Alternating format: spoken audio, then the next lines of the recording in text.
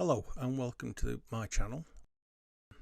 Today I will be talking about layering and using transparent pigments in watercolour to help modify them and create different levels of intensity. I'm first building up a wash of lemon yellow. This is quite a cool yellow. I'm carrying on the bead, keeping the bead going until I get down to the bottom of the box, and then you'll see I'll just gently dab the end of the brush to reduce the amount of moisture that's in there and mop up the remnants. I will then wait for this layer to dry completely.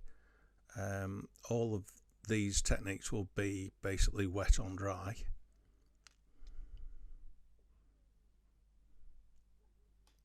I've now created a series of rectangles, and I'll first overlay this with alizarin crimson.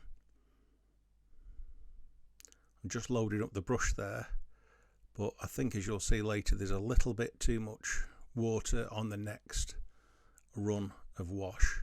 This then creates a little bit of a backwash that you'll see along the top. I'm filling in the area quite quickly to make sure that everything's kept wet. Again, this layer will now be allowed to dry.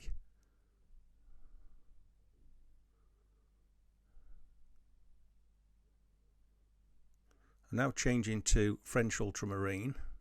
After the layer is dry, I apply another layer of French ultramarine, and you'll see how it modifies slightly because it's showing through the lower layer. That's the dilute lemon wash. French ultramarines are granulating colour, so you will see a bit more texture left on this one. Again, I mop up the end of it and wait for it to dry.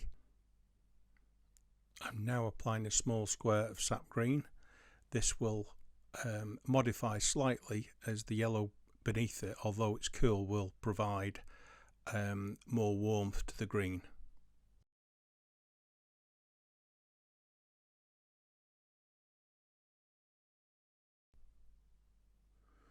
Again, this is the same strength of lemon yellow. It may look a lot stronger, but it's exactly the same mix.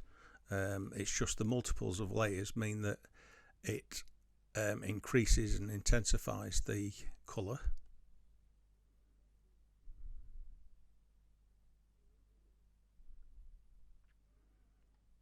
I'm now adding a purple colour, but as this is approaching a complementary version of the yellow, it creates more of a grey colour. You'll see the little dots are used for reference of the original colours. When you look at the purple, it's more vibrant than it appears over the yellow. So this is a case of knocking back the vibrancy of the yellow using its complement.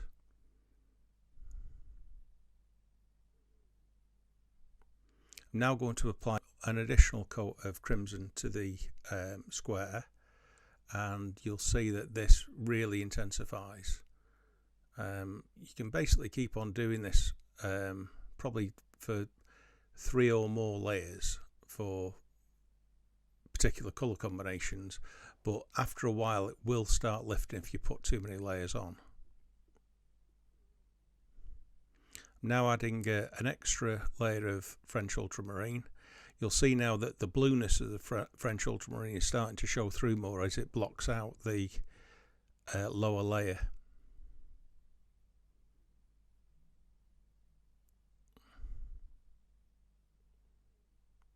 The 2 dots just denote 2 layers.